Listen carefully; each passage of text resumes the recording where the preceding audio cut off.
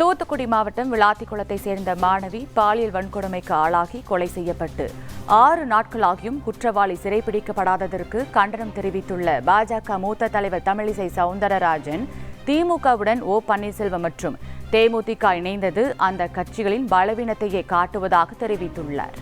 விளாத்திக்குளத்தில் அந்த பொண்ணோட வீட்டுக்கு போனது தாங்க என்னால் தாங்கவே முடியல.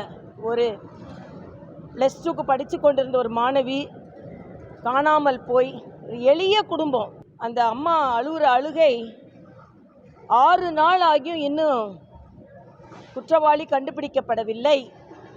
இது தமிழ்நாட்டில் இருக்கின்ற மிக மிக அவல நிலை.